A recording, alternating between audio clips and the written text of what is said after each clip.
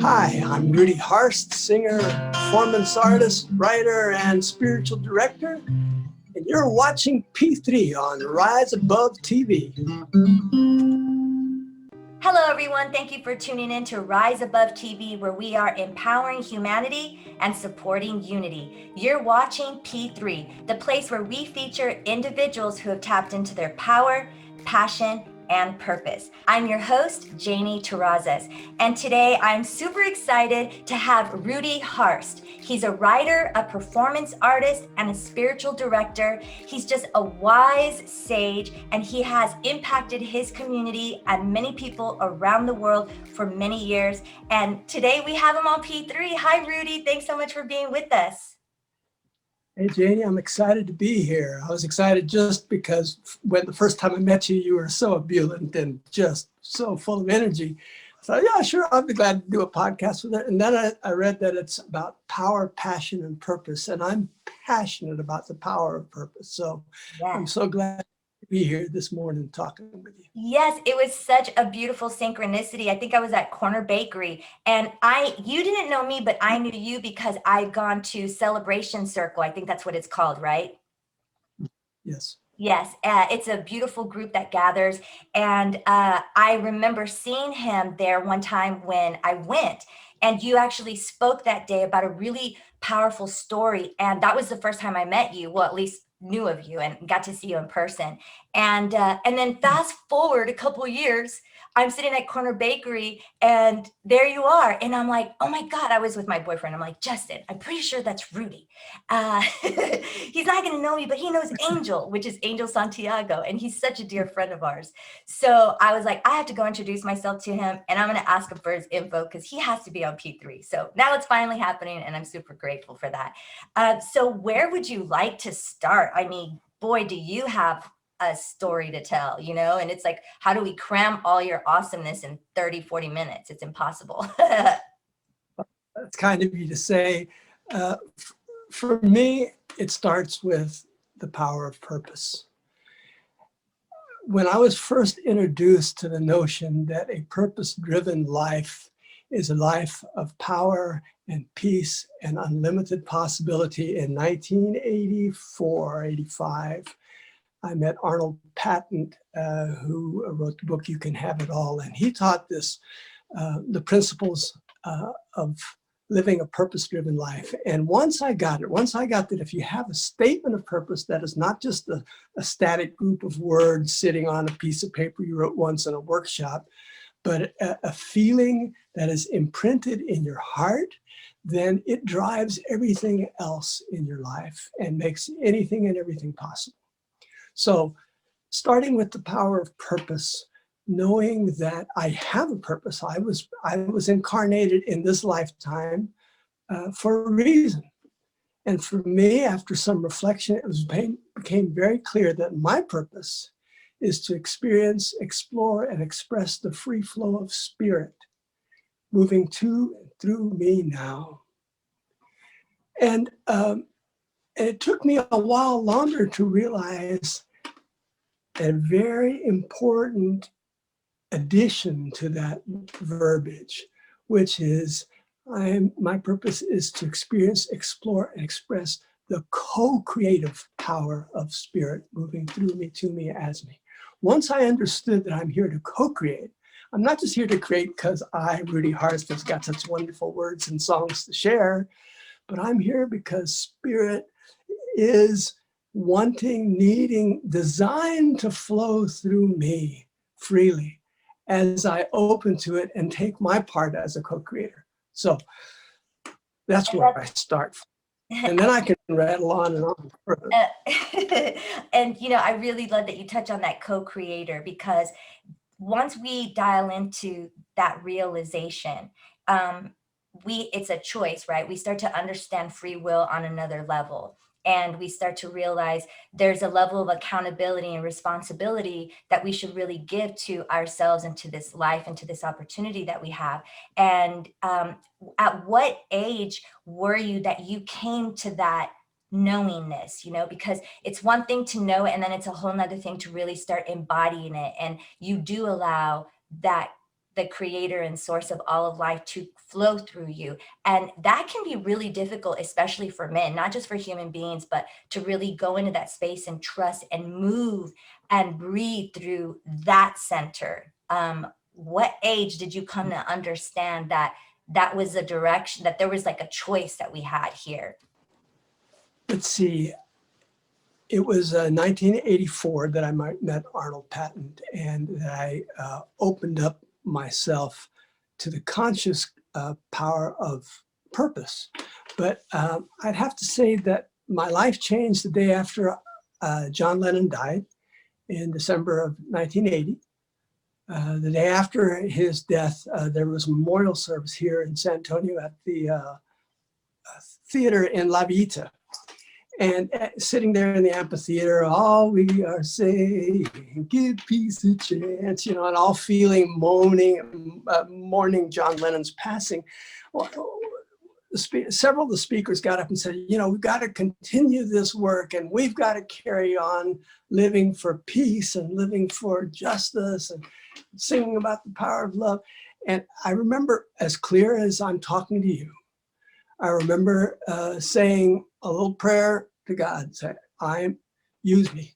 I'm here to use my talents as a songwriter, as a person, whatever small way I can add to the peace, increase the peace, use me. And that was, like I said, December 1980. I'd been a professional musician probably 5 or 6 years at that point, and I was all full of myself. I'd had a recording contract in London. My career was going pretty well, getting nice reviews. It was Me, Me, Me was my favorite song to sing. Me, me, me, me, me, me, me. It's a sweet song and a powerful song. But when I came to understand it's about we, about us, it's about more than me, about something bigger than me. And when I committed to that in December of 1980, my life shifted and hasn't been the same since. Yes. And, you know, I really love that you touched on the me and the we. And right now, you know, obviously, when we look at the state of the world, there's just so much division, and we're so focused on our differences, and we're not really using diversity and finding the beauty within the diversity and finding our unity and coming together into that state of oneness. And I love that you said increase the peace, because I love wordplay. And so it's kind of like, you know, it's totally true. And the way to do that is to increase the peace within ourselves first, and then be that for others. So I want to honor you greatly for making that choice back then, and really being committed and disciplined to you really mastering what I would say is like unconditional love and mastering that peace. What is sort of like the self-care practices you put in place in general in your day-to-day life? And then what's like your go-to really when life serves up something really uncomfortable? My first response to contracted energy of any sort, whether it's anger or confusion or sadness, is to feel it register in my body and say, oh, my belly's contracted again, my breath's short, and just to sink into my body. Mm. And from there, it's a matter of breathing into the contraction, opening, and remembering that I don't know enough to know to be angry or to be scared. That at any moment, there is so much more going on in life than what I'm concerned about right that minute. As much as my ego wants to say I'm the most important thing and I'm under attack here, this is what's happening. And it will, and it does. I'm not a master of anything. But what I've learned is I don't know enough to really stay angry or scared, because there is so much more going on for me than there is going against me at any moment. Mm. And as I sink into that reminder that it's not just about me, it's about we. And when I say we, it is an all-inclusive embrace of what I call spirit, another might call God or creator. As I embrace that holy other and feel the power of letting go of my smallness and opening into my bigness, then good things happen.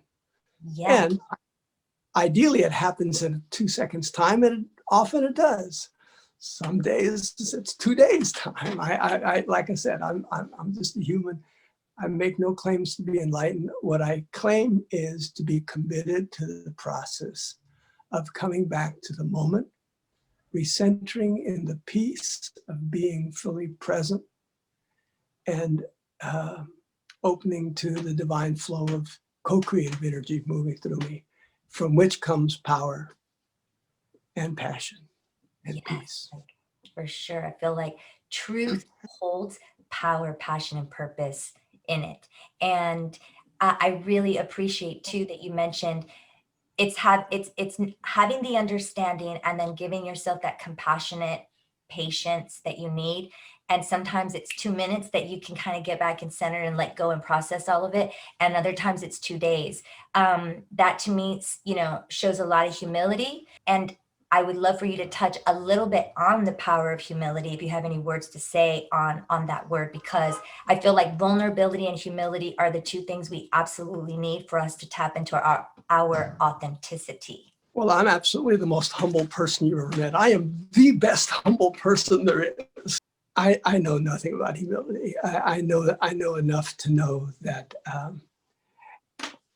I go back time and again to something else, and one of my early spiritual teachers and mentors, Charlie Heavenrich, taught me, you've got to do it by yourself, but you don't have to do it alone. And so for me, humility is in remembering that I, of my own, have relatively little power. I, in connection with you, with the we, with spirit, have unlimited power. And humility comes in remembering that when I'm all puffed up with anger or pride or determination to do it my way, to get it done, to book that gig, to make that person understand that I'm right. As soon as I feel that it arising in me, I go, oh, wait a second. That's a small part of the picture. You don't have to do it by yourself anymore, Rudi. And as I release that posture and sink into the we, into the co-creative flow, it is the act of remembering, embodying the biblical injunction, not my will, but thy will be done. I've been studying theology and spirituality pretty much full time for 40 plus years now. And I know I don't know anything about it. The more I study, the less I understand, and the less I am willing to say anything definitive about spirit at all. But I do know this. If I can let go of my need to figure out who and what spirit is, let go of my need to define it or claim it or ask it for help, and just be in the presence of that which is and is becoming. That process of surrendering my will to thy will goes beyond just being a good idea, beyond a bumper sticker or a recovery slogan, into the truth of what's possible in the moment. Yes. It's one of my favorite statements, one of my favorite mantras, prayers, whatever you want to call it, is thy will be done. Thy will be done. Like, show me thy will, let me surrender to thy will. It's even that in itself, going back to the remembrance and realizing that enlightenment isn't this like destination. It truly is a daily thing that we make the choice to surrender. And it's kind of like resurrection, right? Like the crucifixion. It's sort of like every day we have to decide if we're going to like hang our ego up. You know what I mean? and so, but you mentioned breath work. Go ahead. What were you going to say? As a reminder of how to be humble, I've just now got a text from my 80-year-old neighbor who's locked herself out of her house. Oh, and okay. asked me if I can bring you Yes. over. Yeah, So yeah, I'm going to yeah. ask us to hit pause. Yes, I let's do don't want to that. leave them standing outside. Okay, go ahead. Go ahead. That's an interesting reminder right there. Here we are talking of big things about, peace and getting centered, and humility and surrendering spirit. And right in the middle of that, my elderly neighbor calls because I forgot to turn on the do not disturb feature of my phone while making this Zoom cast. And she really needs something. It needs me to run over and lock the door. And anyway, uh, I which love it. reminds me, which brings me to the point that all of this is not for our own benefit, but that's so we can be of service to something bigger than ourselves. Be of service literally to our neighbor, in this case, my next door neighbor. But in all cases, being of help to others, getting to a place of peace and enlightenment and abundance is all well and good, but only to the extent that it's of use to somebody other than me. If it's only focused on my benefit, then what good have I done here with my lifetime? Absolutely. And that's easier said than done. Well, it's funny because as we live and dive more deeply into this way of being, this way of living in this path, it's natural, I've noticed, to want to help others. It's almost like I go out in the day knowing that I'm here to be of service to God and love in whatever way that is. And so I ask God to like bring that into my awareness. So when we move through the day in that, from that perspective and with that intention, you will see ways in which you can be of service to someone, but it doesn't always have to be something big. It's like, oh, I see that lady, she needs help with carrying her bags to the car, or somebody looks really sad and down, and you just be like, hey, are you okay? You need anything? Or complimenting someone. It's like, how can we spread love and joy in little ways? And funny enough, it comes back to you, it's really beautiful. The love that we give always makes its way back to us. And I'm sure that you've noticed that too. It's the law. As you give, you shall receive. Love Yes. and you will be loved. Yes. It's a basic. I am constantly shocked by the fact that more people aren't just looking for ways to be kind and generous, because it's the best way to have a life of abundance and joy. Yes, and vitality. When I really started to dive deeply into how we work cellularly and the chemistry, and I was like, oh my gosh, when we dial into fear-based emotions and thoughts, it literally robs the cell of light, of energy. And then in the Bible, it says God is light. And when I was like, oh my God, light is powering up my body. Light is inside me. You know what I mean? And then I realized when I was in a state of fear or in those sort of adverse thoughts and emotions, which is normal. We do come here to play with the palette and the polarity of things. But when you start to learn how to emotionally regulate and use your breath and get curious about your thoughts and feelings and know how to direct them mindfully, it literally changes the biochemistry of our body. And that's when I realized, oh my goodness, all this reference to blood and breath and all this and all these different religions, it's because we are the chemist of our blood. And it's like, the more I dial into love, the more vitality and creativity flows through me. It's amazing. It's beautiful. And you are such a creative person in a lot of different ways. I think the arts are so healing. But talk a little bit about like music and what that is for you, because clearly that's also a passion of yours. And you brought your music into your spiritual teachings and community work that you do. So, like I said, the first 6 years of my professional life as a songwriter, musician, were focused on me and me trying to get somewhere and to write a hit song and whatever. Be the next John But Lennon. from that time that from that point that I turned my life over in December of 1980 and realized that it was more powerful to sing about we and work from the place of we. The music changed, and the place it came from changed. Instead of coming from my first and second chakra, it came intend for it to come from my heart chakra. And so now when I go to perform live, which is my favorite thing to do, anything on the planet, a chance to strap on my guitar and stand and be a channel for the isness of life to flow through me. and communicate not just from that place, but and about that place, but as that place of oneness. There is a great feeling of being in the absolute right place, doing the absolute right thing. Whether or not anybody's listening is almost immaterial.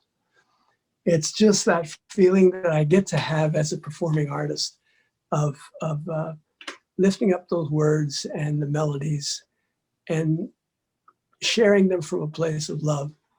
That just really feeds me. And I got to tell you, the year of the COVID has been really tough because I haven't performed live since March of last year, except on camera, doing my Facebook Live show every week. And for the first 85 days of the COVID quarantine here in San Antonio, I did a daily podcast, and that was fun. It's what kept me sane to at least be on camera. But it's not the same thing as being in a room with people, just sharing that free flow spirit. So what I like about it is it brings me to the experience of being present and peaceful and powerful more than anything I know. But I know master ceramic artists and sculptors and painters and dancers who've all described the same thing. That sensation of being there for something other than yourself and experiencing it in the moment of expressing your artistic gift, whatever that is, it has been the greatest gift of my life, no doubt. I love that you mentioned that, because we all do have natural talents and gifts and abilities. We are all a masterpiece. This is another great download. I heard you are a masterpiece, a piece of the master here to masterpiece. And I was like, mind blown. Hello. God, I love you. You're so freaking awesome. So you're a poet and you didn't even know it. And it's like, oh yeah, you did know it. Because we're all poets and we're so afraid to make mistakes, to go into that artistry and stuff. We have this desire and it's like, oh, what if I mess up? What if it's not good? And it's like, are you having fun? Do you have fun when you're doing it? We got to tap into that fun. You mentioned, the neighbor calling, and we touched a little bit on humility and just connection and being there, really being a steward. And I really feel when I hear you speak and just being around you and your essence, and it's not just like lip service. There are a lot of people that are in the positions that you're in where you're leading communities, and spiritual teachers in all religions and all places, like even like yogis and things, can get into sort of a spiritual ego. How do you feel about that? Have you ever found yourself in that position before? Yes. And truth, and it's a great challenge for me. And after 27 years of being spiritual director of Celebration Circle, I resigned last year, in part because I gotten caught up in my ego and gotten caught up in my need for approval from others, and had forgotten the importance of just coming from a place of service. So that was in June of 2017. 2019. So it's been almost 2 years since I resigned.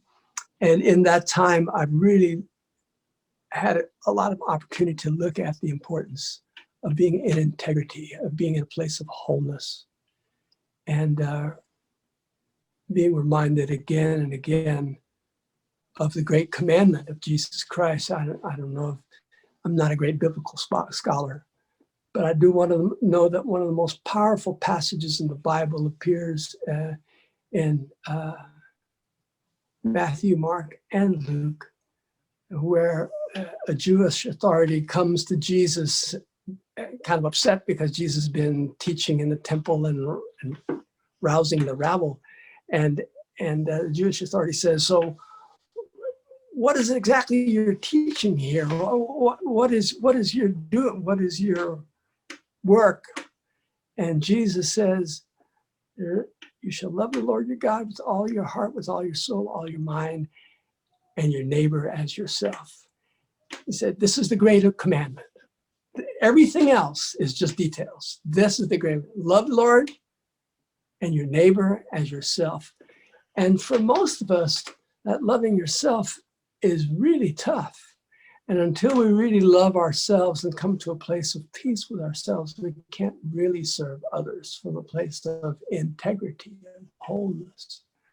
So at the ripe old age of 66, a couple of years ago, I started having to face this up close and personal in ways that were painful and humbling, but absolutely essential for me to come to a place where I am now, where I can truly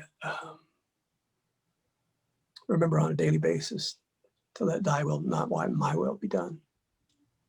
And I would hope that the viewers wouldn't have to hit bottom the way I did, and that you could find another way to find a place of power and peace in your life. But I know that for me, hitting bottom was absolutely the best thing that could happen to me. It was a way of truly distilling what is left when what you do is gone, who you are is gone, your role is gone. What are you left? What's the essence of what you're here? Oh, I remember. I'm here to experience, explore, express the free flow of spirit now, the co-creative flow of spirit now. And it's not about what I do. It's not what I accomplish, not who's watching, how much I earn, but my willingness to be at the essence of my purpose from a place of humility. And then all the rest shall be added unto you. Yes. Or not. But that's what I believe. Yes, it's that that realization of knowing the most important relationship is the one that you have with yourself and with God. And that statement that you said, that Jesus said, and I agree with you 100%, and I agree with Jesus 100%. You don't want to judge anybody because you're like, well, I don't want to be judged. You start to realize, and there's another saying, what I think is called, treat others as you wish them to treat you, or like do unto others as you want them to do unto you. And it's kind of like the golden rule. Every religion has like a version of it. But if you don't treat yourself well, and it's telling you to treat others as you wish to be treated, and you're treating yourself really crappy, then this is why we still have this, like, it's a conundrum that we keep falling into. All too well, I know. Which brings me to the final bit of purpose I really wanted to touch on with you this afternoon is the power of gratitude. The power of being grateful for what is just as it is now, and being grateful even for the grouchy person who's confronting you, or for waking up feeling bad, or being stuck at home for a year because of the quarantine and COVID. Whatever life gives, can I find a way to be grateful for it just as it is, without needing it to be anything different, knowing that grace is present and that only good will come from my willingness to be grateful for what I have and feel it and lift it up with gratitude. Yes, gratitude. Because if I'm not grounded in gratitude, if I'm not saying thank you for what is, there's a part of me saying, yeah, because I need to be skinnier, or I need to have more money, or I need to have a better job, or I need to have a different partner. I need, and as long as I'm coming from a place of lack, then it's a place of reaching out beyond where I am. But if I can just be grateful for what is and feel what an incredibly blessed and abundant life I have right now, whatever the circumstances are, then more comes flowing in. It has to. Yes, and you have such a beautiful way of articulating this too. And I really think a lot of people are going to get something from this, and they'll be inspired in some way or open their perspective in some way. Gratitude, it opens so many doors, and you don't even realize it until you really start practicing it on the regular and start realizing how many layers there really are to gratitude. It's not just, oh, thank you for this. It's thank you for that mean person that just showed up that helped me go deeper into my, into my own self. And it's a really cool way of moving through life. And you're one of the many that's doing that. And I know that the way you are living your life is also what encourages other people, because it allows other people, it gives them permission, to find a way to accept all of themselves, all of the parts of us that are broken and wounded. We have a way that we can like heal that and no longer have to live from that space. Is there anything else you'd like to say before we leave? I really love that we are wrapping up this beautiful episode with the power of gratitude. Any last words that you would like to share before we go, and also let people know how they can get in contact with you? Well, the most powerful words I can think of are thank you. Thank you, Janie, for this opportunity, this podcast. Thank you, Spirit, for this life. Thank you, Rudi, for coming to this point in your life where you can just be grateful for it all. The most powerful words I can think to end with are thank you. And thank you, Mr. Rudi, for all that you've done to help humanity and for all the personal work you've done on yourself so that you could be a beacon of light for others. So thank you so much. Thanks for your kindness. As for getting in touch with me, my name is Rudi with an I, R-U-D-I, Harst, H-A-R-S-T, and my website is rudiharst.com. Lots of words and images and songs there for you to check out if you'd like. Of course, I have a Facebook page, Rudi Harst, and I've got hours and hours of videos up there and links to my book and my CDs and all that stuff. But first of all, and most of all, what you can find there is a way to connect with me, to send me an email, a Facebook message, and let me know what's going on with you and how we can support each other in evolving as co-creators of a new reality of peace and power and possibility on the planet.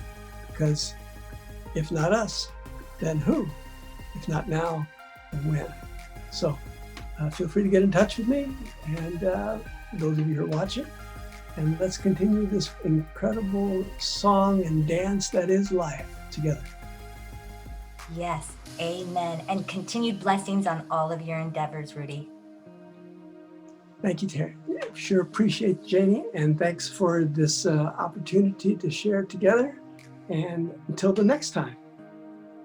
And thank you everyone for tuning in to Rise Above TV, where we are empowering humanity and supporting unity. Your likes, shares, and follows are greatly appreciated because they help spread the love.